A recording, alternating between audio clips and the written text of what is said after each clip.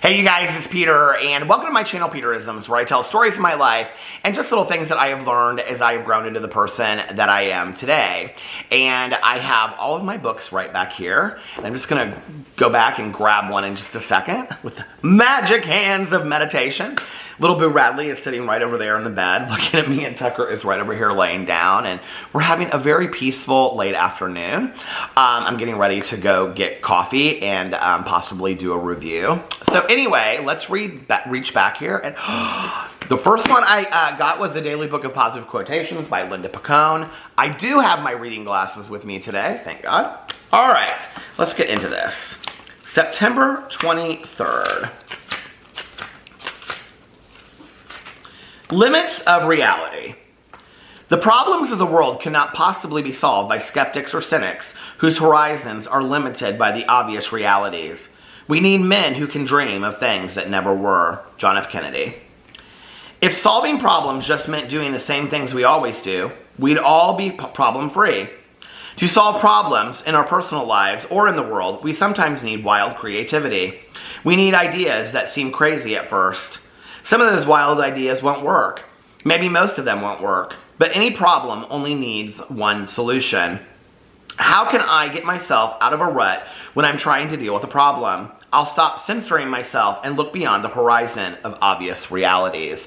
I love this so much, and I just go with my gut and what I'm thinking about, and it's interesting because I was thinking about, I think it's the beginning of the 40 Days and 40 Nights book by Melody Beattie, the Book of Gratitude, which maybe, we'll do this year for the month of November. Last year we did Magic by Rhonda Byrne, and this year maybe we'll do the Melody Beattie one. If you guys would like to do that, let me know in the comment section below. But I can remember, I haven't read the whole book, but I remember reading the beginning of it. I believe it's that book where she talks about, she was in this marriage that she was very unhappy with, and she was married to an alcoholic, and, at the same time that she's married to an alcoholic, she has these little kids, and her husband convinced her to buy this money pit of a house, right?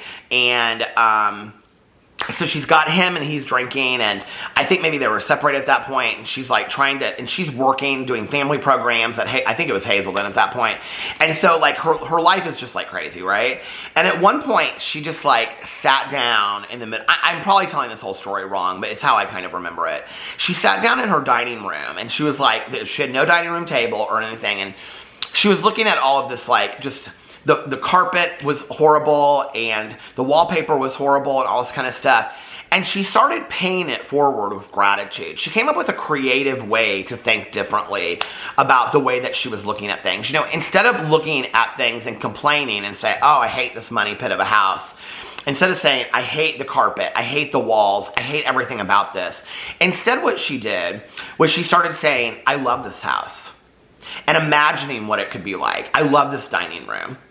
I love this, the carpet. I love the walls. And what she started doing was she slowly started peeling back the carpet, and she found that there were these beautiful original hardwood floors underneath it, And then she would go to I think fabric stores and stuff, and she would find like a couch in the street, and she would drag it all the way home through the alleys and down the streets, And then she would redo it with fabric that she got on sale at Joann Fabrics. And then she found samples, and she would find them in trash cans of huge reels of wallpaper, and she would re-wallpaper her walls, and she would paint her walls and stuff. And this was her way of paying back or paying forward gratitude, and paying forward love of something that she absolutely hated.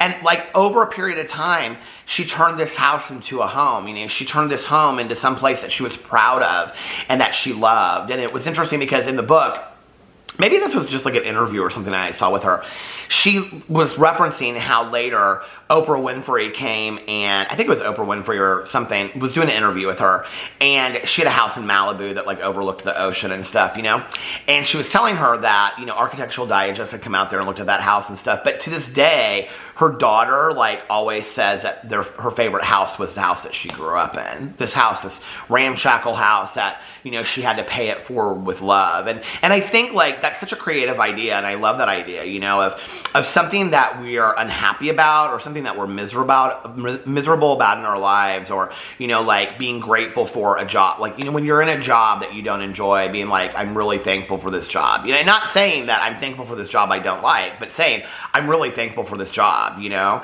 and trying to convince yourself. It's kind of like faking it till you make it, you know, till you get to that point, and maybe things will change over time. You know, the power of love and gratitude, I think, is just immense. I really, really do. And when we start thinking from a point of view of gratitude or of love, you know, and we start thinking from a point of view of looking at the things that we have in a different way, you know, I think that things start to change, or they start to look different to us from a different perspective. So I love that meditation. All right, let's, the dogs are, now Tucker's moved over here. Boo Radley's laid out in the bed. It's so funny. All right, let's read, which one was that from? That was from the Daily Book of Positive Quotations. Okay, let's read from The Language of Letting Go by Melody Beatty. September 23rd. Oh, this is interesting. I don't love this word, tolerance. Tolerance. Practice tolerance.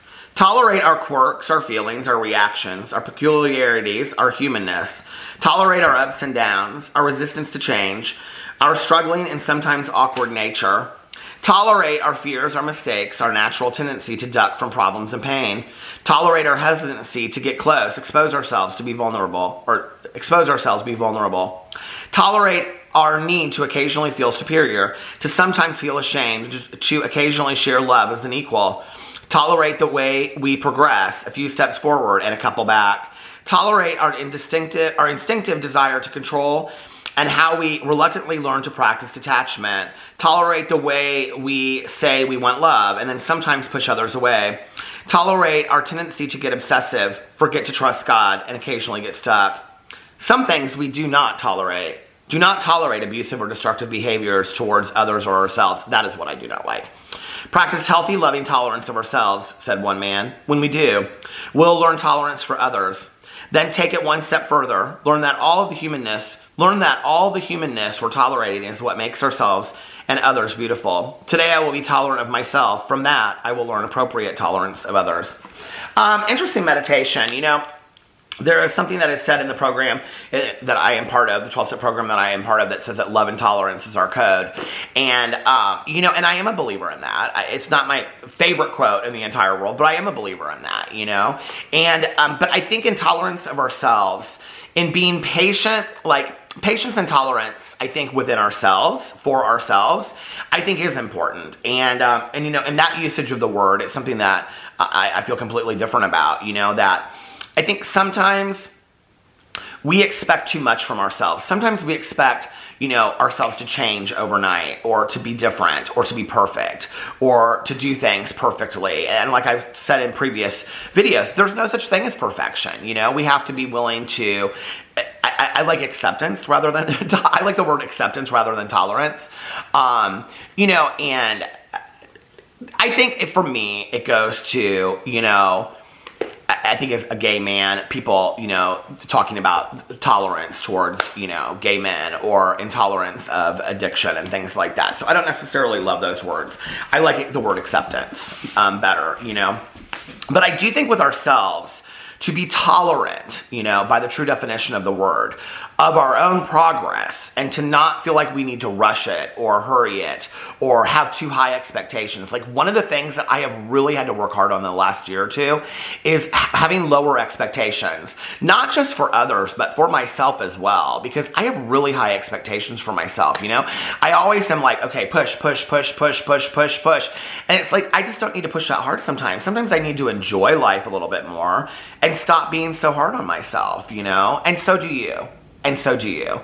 You know, you're never going to be the perfect mom, or the perfect husband, or the perfect worker, or the perfect sibling, or the perfect child. You're just not. There is no such thing as perfection. And when you let go of that, and say, the house is as clean as it's going to get tonight, the dinner is as good as it's going to get, you know, and all of that kind of stuff. Like, I see friends of mine that literally run themselves into circles, trying to have like the perfect home and the perfect orange slices for the soccer game, and the perfect leotard for dance class, and, being the perfect carpooling mom or dad, and, and then having a family dinner on Sundays with everybody coming over, and they look like they're running ragged, and it like breaks my heart. And I'm like, you need to take some time. How could I possibly take time for myself? I'm like, well, you could let go of one family dinner a month, okay? Like, you could maybe like dial down a sport or two. Like, we don't need to be that involved all the time, right?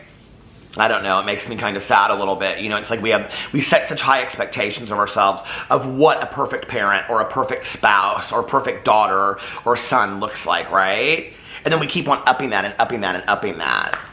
I think sometimes what people want from us is for us just to be happy and pleasant, and easy to get along with. Sometimes that's what people really want from us. They don't want perfection, They want somebody that they can just, have a Coke with or, hang out with and not have to worry if they're, running themselves into the ground or not. So those were great meditations. I'm going to get off here now. Well, should I read one more from The Nightlight by Amy Dean? Okay, because you begged. You begged.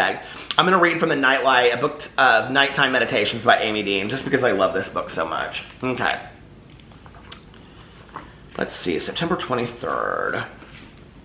No one can really pull you up very high. You lose your grip on the rope. But on your own 2 feet, you can climb mountains. Louis Brandeis. Depending upon people, places, or things to help us live our lives is a sure setup for disappointment and failure. Just talking about this, expectations. No one person or geographic location or material item can give us answers. None of them can bring us happiness, security, maturity, or faith. We have been given everything we need to find our own answers. Although today may have been filled with questions, we can remember now that we have the tools we need. Our higher power has brought people to us who we need to hear. Our path has led us onto a well-traveled road with a foundation of strength. By the grace of God and our fellow travelers, we can follow this road to the greatest of heights. How can I use the resources my higher power gave me to find my own 2 feet? Fantastic meditation. And I think, often, my nose is itchy. Allergies are horrible in Indiana right now. I think often in life, we become so used to leaning on other people, which I think at times it's fantastic. We need to reach out to other people and ask for help, right? Like, the ability to ask for help, I think, is such a personal strength. Don't be afraid to ask for help, right? Don't be afraid to ask for help. But also, don't be afraid to try it on your own first and see if you can do it, Some of the things, I can remember putting this table together after my ex and I broke up, and I was so proud of myself. I was like, yes, I could do it. And like today, I still remember that in trying to do things around the house. I still remember that stupid table that I put together that was real easy, but I was proud of myself. You can do more than you know that you can. So trust your own 2 feet. Anyway, let me know what you think about all those meditations in the comment section below. I love you guys, and I'll see you tomorrow. Bye.